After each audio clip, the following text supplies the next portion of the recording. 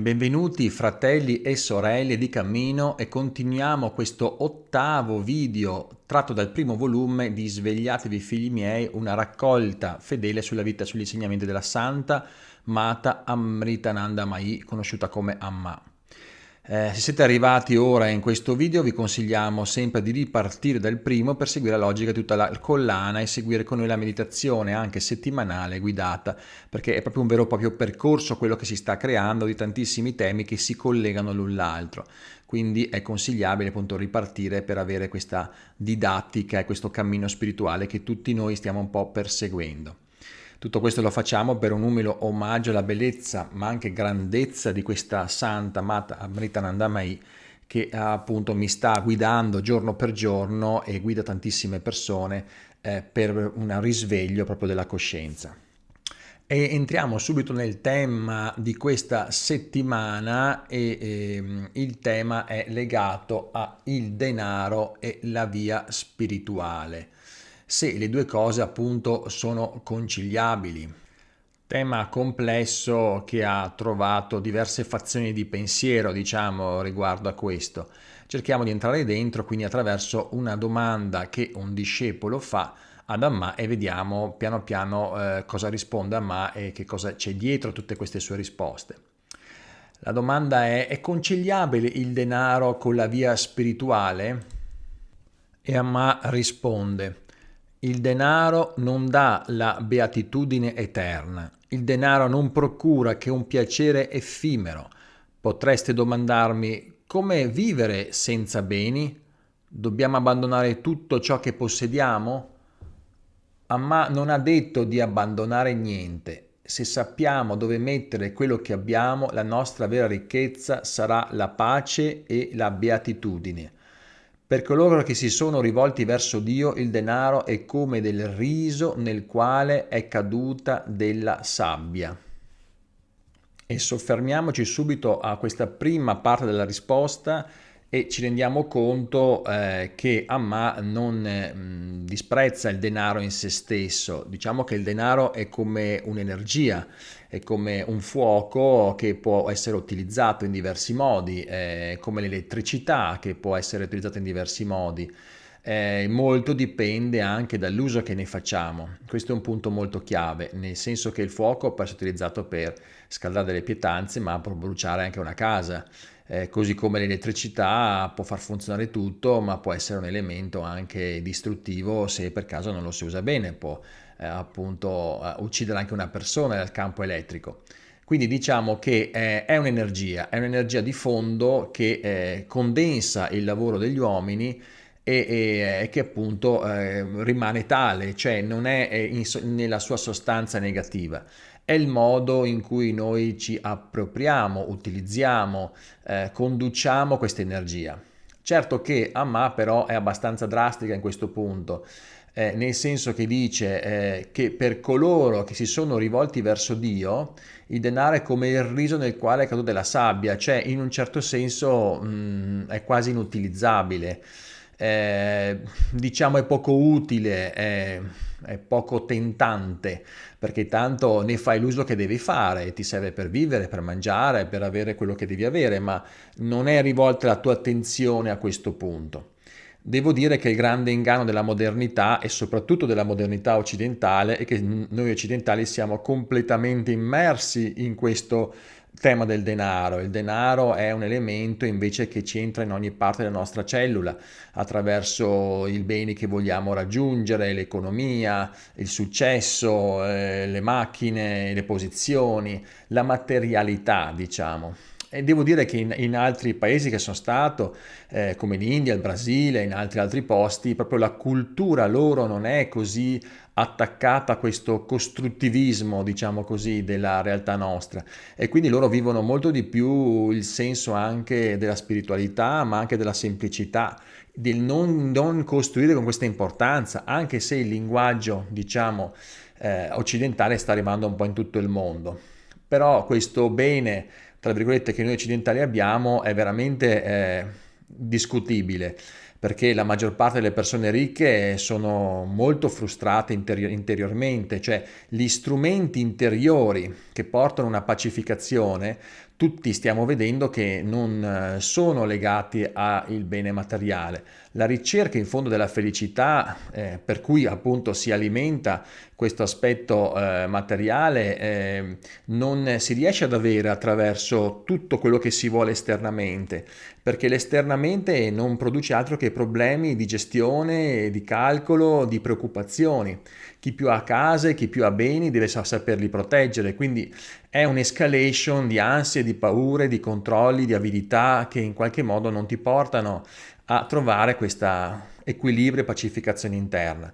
Quindi la domanda è: ma perché tutti rincorriamo questo? E in fondo siamo abbagliati da tutto questo luccichio di questo oro, diremo così, che la ricchezza ci pone, se poi questo oro ci sfugge dalle mani in poco tempo, perché il piacere di avere qualcosa non è un piacere che si coltiva nella profondità.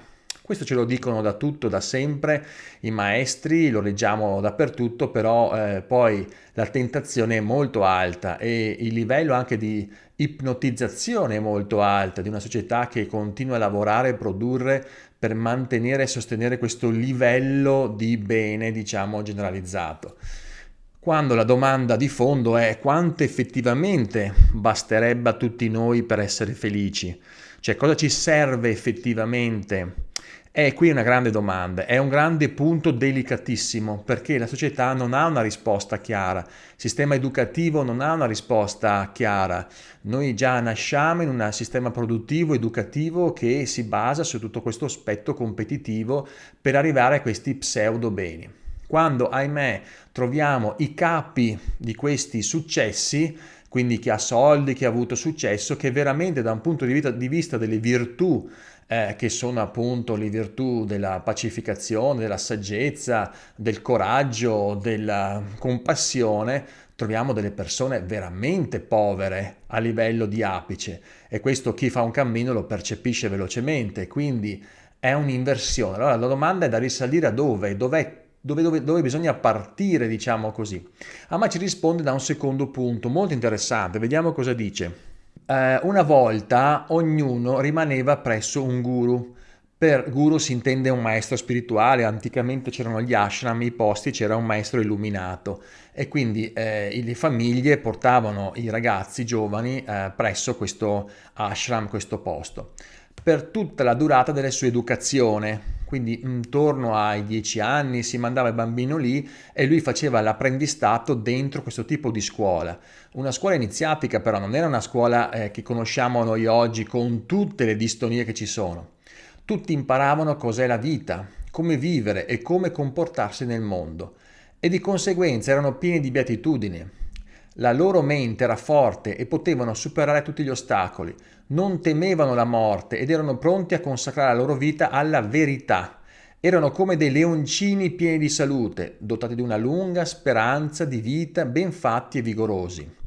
Niente faceva loro paura. A quel tempo, al tramonto, si accendevano le lampe ad olio e si cantava il nome di Dio. Poi le persone riflettevano sugli errori che avevano commesso nella giornata al fine di pentirsi. Si sforzavano anche di non ripetere i loro errori e questo li consolava. Ma cosa ne è oggigiorno? I tempi sono cambiati. Venuta la sera, le persone vanno a sedersi davanti alla televisione per guardare dei film e delle videocassette, cercano di impadronirsi del denaro degli altri rubando e uccidendo. Per del denaro non esitano ad uccidere addirittura la propria madre. Così è il mondo d'oggi. Come potrebbe questo mondo trovare pace quando in questo mondo non c'è nessun posto per la pace? Le droghe, i sonniferi, gli intossicanti, l'alcol, ecco gli dei del mondo d'oggi. E quindi Amma a questo punto ci dà una specie di visione lapidale, diremo così, di quello che era un tempo, quello che la realtà formatrice delle anime dei ragazzi era predisposta alla società in questo modo. E oggi veramente non abbiamo, se non per il ragazzo quando c'era il militare, giusto un'esperienza, e lasciamo perdere che tipo di esperienza poteva essere formativa. Cioè Quando due persone si sposano c'è un corso prematrimoniale che dura poco o niente, non si ha nessuna idea di tutta la complessità anche della vita di coppia, non ci sono istruzioni, non ci sono testimonianze, non ci sono persone che ci fanno vedere dei percorsi di verità e di come vivere tutto questo. Perché sono tutte persone che sono ipnotizzate di un sistema. Chi più è ai poteri, più è diciamo corrotto internamente da tutte queste parti. Quindi il saggio maestro illuminato o i saggi maestri illuminati dovrebbero essere nelle scuole, nei campi educativi, dovrebbero essere le persone che formano la nuova società, perché la famiglia si conforma proprio all'interno di questi mattoni che sono legati alla prima educazione, al primo modo di crescere. Purtroppo, dico io, questo non è un sogno perché è esistito e Amma ce lo ricorda. Ci sono diversi testi e scritti che parlano di questi periodi, appunto, e questi sistemi educativi. Potremmo dire che anche in un linguaggio semplice, anche in Africa, in certe tribù, in certi posti poveri, che noi reputiamo retrogradi, in realtà hanno una civilizzazione interiore, una tecnologia interiore molto più avanzata della nostra. Noi abbiamo portato all'esterno una tecnologia perdendo la nostra tecnologia interna. Questo è stato il grande problema della modernità e quindi sempre più ci stiamo indebolendo portando protesi esterne. Ma ci sarà prima o poi una rivoluzione lenta che riporterà l'uomo a riconoscere, a riappropriarsi di questa tecnologia interiore. E questa tecnologia interiore però non richiede una tecnologia esteriore, o diciamo limita il suo processo anche di questa importanza che gli stiamo dando noi e quindi diminuisce lo spreco per esempio di tutte quelle cose che noi abbiamo di una quantità enorme. Noi possiamo avere 10 tipi di dentifrici, possiamo avere chissà quanti tipi di modelli di macchine, e semplicemente la macchina è un mezzo, riflettete, che ci deve portare da un punto A a un punto B. Ma noi siamo immersi in questo mondo dell'usa e getta, della realtà plurima di offerta. Però questo è sempre un grande abbaglio che porta il tema ricchezza a continuare a essere pilotata e spinta per portare altra ricchezza, per poter avere ancora più consumismo, realtà di produzione, eccetera. Sta spingendo questo fino a dei livelli esasperati, anche i sistemi interni che cercano di mantenere questo, se non lo mantengono creano guerre e creano tutta una serie di situazioni che oggi stiamo vivendo. Quindi la base è sempre questo processo di infelicità che porta a questo tipo di modo di vivere.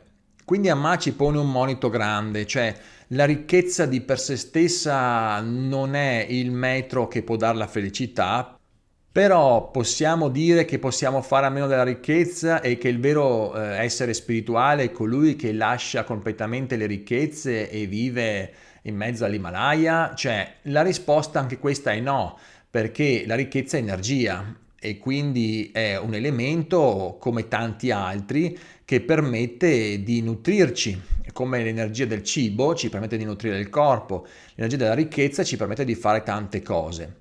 Quindi diciamo la questione complessa e più che mai per noi che siamo proprio visceralmente dentro questo processo appunto competitivo e in un certo senso unidirezionale, è complesso dargli il giusto peso quando tutti gli danno un peso eccessivo. E allora come fare? Ritorniamo sempre al punto chiave e la vera ricchezza è la ricchezza interiore, è la ricchezza di comprendere il senso della vita e il suo aspetto illusorio, effimero, che non rimane uguale a se stesso, quindi è impermanente, non permane. Ciò che permane invece è una realtà profonda, sono i valori, sono tutto ciò che noi costruiamo verso un qualcosa di più profondo. Amma ci dice rimanete concentrati in questo livello, è il livello appunto la sera i ragazzi cantavano i nomi di Dio e poi guardavano se stessi per rivedere un po' gli errori che avevano fatto, quindi c'è il lavoro processuale di continuare a dare senso all'essere, non tanto all'avere, alla parte interiore, Allora, se noi continuiamo a lavorare, siamo focalizzati sempre più in questo, vedremo la ricchezza come il riso con la sabbia, cioè una cosa sì, un po' inutile, nel senso che non ha tutto questo peso, o gli daremo il giusto peso, come l'aria che stiamo respirando ora dalle narici, che ci permette di alimentare il nostro corpo, però non è che stiamo dando un valore eccessivo all'aria. Per noi l'aria è un elemento che ci nutre, però gli diamo un significato, anzi ce lo dimentichiamo perché è un processo automatizzato che in qualche modo continua dentro di noi.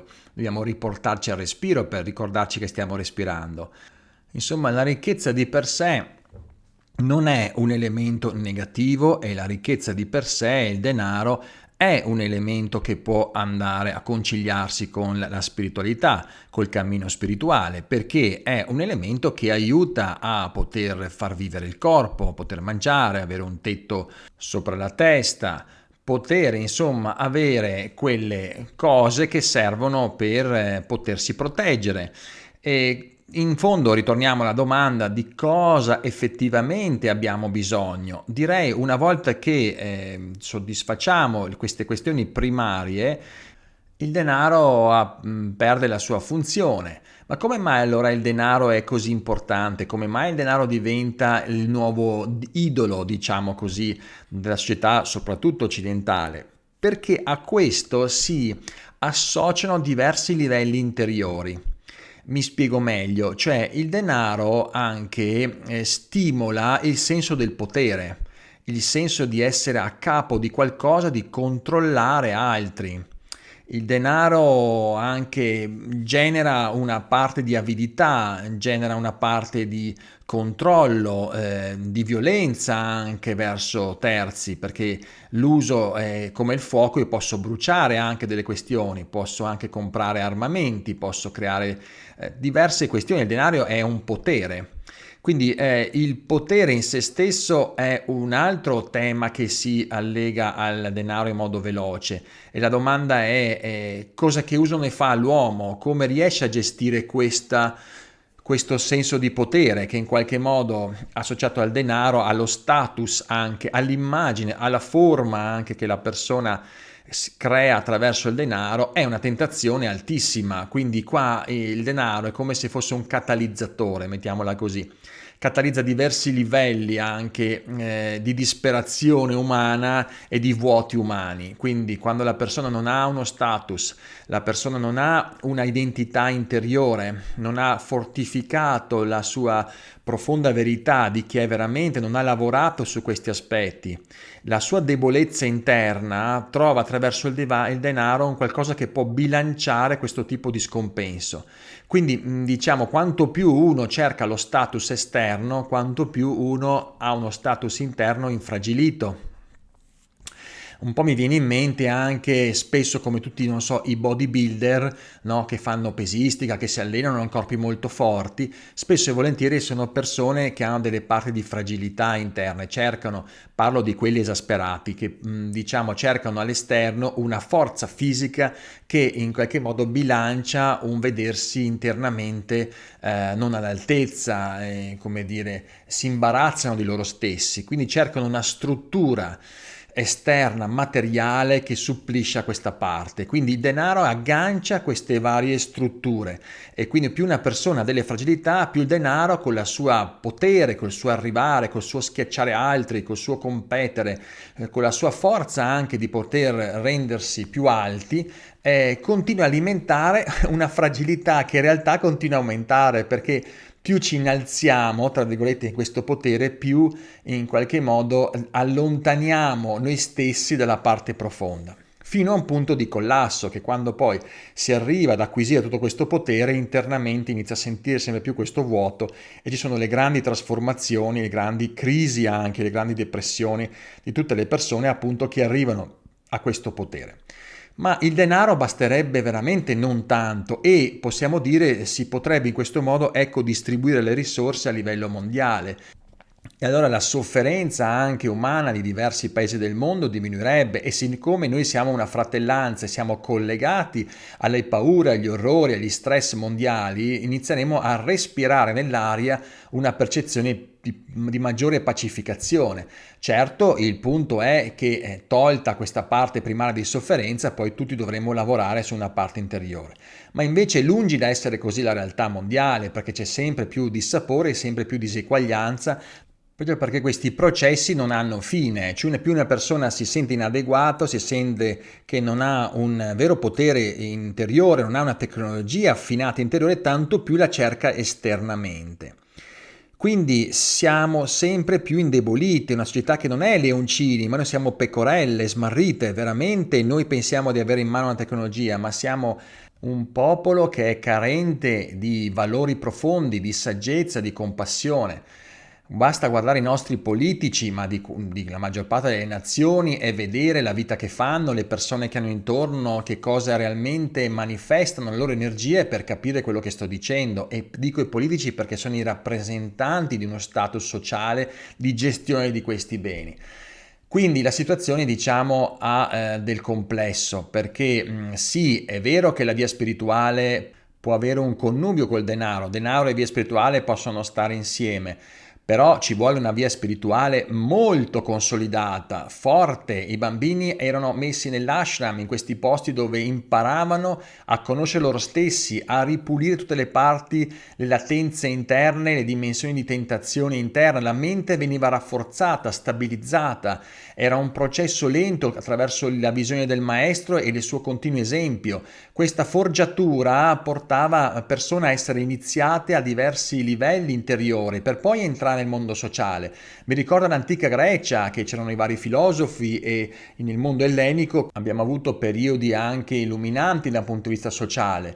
Però ci sono fasi e rifasi, cicli di cicli, perché? Perché il denaro che si collega a queste parti latenti e profonde dei vizi umani non permette un suo facile utilizzo. Quindi per questo molte vie spirituali richiedono il sistema di carità o richiedono una gestione del controllo del denaro fatta dalla comunità, che ognuno non possiede niente, per evitare appunto questo grande potere, questa grande tentazione. Quindi la risposta in tutto questo è che ci vuole un profondo e serio cammino interiore, ci vuole un continuo lavoro interno di nutrire le parti profonde. Soprattutto le persone nella società, le persone che hanno a che fare con questi poteri, devono stare molto attenti e comprendere l'importanza di lavorare continuamente con una guida interiore in questa realtà per disinnescare, diciamo, tutti quei processi egoici che il denaro porta e proietta. Bisogna disinnescarli. E come fare allora? E ritorniamo alla pratica perché illuminare continuamente i nostri esercizi quotidiani che hanno a che fare anche con l'aspetto del denaro è il modo di dargli il giusto contesto. È come dire ritorniamo a respirare l'aria e l'aria diventa l'elemento che per noi è un elemento nutriente, punto, e finisce lì. Non ha tutta questa importanza, non aggancia tutte le altre parti. Ovviamente per fare questo dobbiamo anche, diremo, disinnescare tutti i processi egoici di potere, di essere qualcuno e vedere internamente tutte le nostre parti bambine, tutto il motivo per cui vogliamo acquisire questo potere, tutte le parti dove ci vergogniamo, dove ci sentiamo infragiliti. Quindi un processo di disvelamento di tutte le nostre zone interne. Ecco perché Amma dice la sera bisogna dire no, come siamo comportati e rivedere le parti, essere coscienti della nostra dimensione interna. Questo permetterebbe di prendere il vero potere, la forza della vulnerabilità, di essere se stessi, di vedersi nella propria energia. Questo passo dopo passo porta a una stabilità interna, un potere interno, una tecnologia interiore. E si rafforza anche il bene interno, si rafforza anche la vera ricchezza interna, di sentirsi già appagati, di sentirsi già re in questo regno, di sentirsi già sufficienti, è cosa che tutto il mondo esterno non ti dà e non ti fa sentire invece inadeguato, che devi arrivare sempre a castelli da costruire, posizioni, eccetera, che non finiscono mai. Il processo è un processo inverso. Per poter reggere questo livello nel giusto modo, che non è sbagliato in se stesso perché permette di vivere il vivere sociale di una società che anche richiede un alto livello di spesa, ma è tutto un sistema, diciamo, tra virgolette, malato che in qualche modo continua a incrementare questo Dio interno, ovviamente si distanzia sempre di più e quindi richiederà sempre di più e quindi aumenterà sempre più una sofferenza di tutto questo, perché la richiesta è una richiesta sempre in aumento che richiede maggiori risorse, maggiore spreco delle energie, eccetera, eccetera. Tutto questo è qualcosa che ovviamente porta a un depauperamento anche mondiale. Quindi c'è anche una gravità, non è una cosa che rimane il singolo, c'è una gravità mondiale in questo processo che ha un punto di limite perché le risorse stanno finendo, perché tutti vediamo tantissime realtà in giorni d'oggi che in qualche modo non possono più reggere. Ma dal mio punto di vista non è il senso tornare indietro alla candela, ma andare avanti con forza, riuscendo internamente a ecodistribuire le forze, avere una tecnologia interiore per poter vedere in modo appropriato queste energie, perché con la tecnologia che abbiamo esteriore è sufficiente per distribuire tutte le energie nel mondo. Non è che ci serve altro, ci serve un cambio di coscienza, ci serve un cambio di comprensione. Ci serve il sentire che ne abbiamo abbastanza per tutti, per tutta l'umanità. Ne abbiamo abbastanza, non dobbiamo arraffare all'uno e all'altro perché ce n'è per tutti. Questo ce n'è per tutti scatta nel momento in cui c'è una comprensione anche che tutto questo arrivare, successo, potere, diversificazione non ha un senso di felicità e possiamo ridimensionare questo per ecodistribuirlo e per trovare una fratellanza che porta invece a sentirsi felici nei valori profondi che dobbiamo piano piano sempre più acquisire tutti insieme. È un cambio di prospettiva, è una visione più chiara, profonda di che cos'è la vita, di che cosa sono i valori, di che cos'è realmente quello che serve. E questo è l'aumentare la coscienza. Quindi col livello di tecnologia che abbiamo, col potere, diciamo, tecnologico acquisito, è sufficiente per poter anche avere una vita decorosa e star tutti bene fisicamente, protetti, eccetera, in modo generale. È sufficiente e da lì dovremo però gestirla attraverso una coscienza rialzata. Torniamo a noi nel piccolo e quindi cosa fare noi che siamo tentati in tutti questi grandi elementi che ci portano a scivolare, diciamo, in una vita sempre preoccupata dell'economia, dei sistemi, di arrivare. Il piccolo è il grande, quindi se ognuno di noi nel piccolo attua questo livello di coscienza e quindi prima di andare a lavorare si potrebbe accendere una candela, si potrebbe fare appunto un pensiero positivo anche di come vivere il lavoro, il denaro, durante il lavoro a ricordarsi attraverso delle tecniche, attraverso dei modi, ricordarsi la bellezza della vita, la sua profondità, il suo senso, arrivando la sera avere un momento di rivedere le proprie parti, di riconciliarsi con se stessi, di ritornare anche a questo senso della realtà che siamo oggi qua e domani non ci siamo più.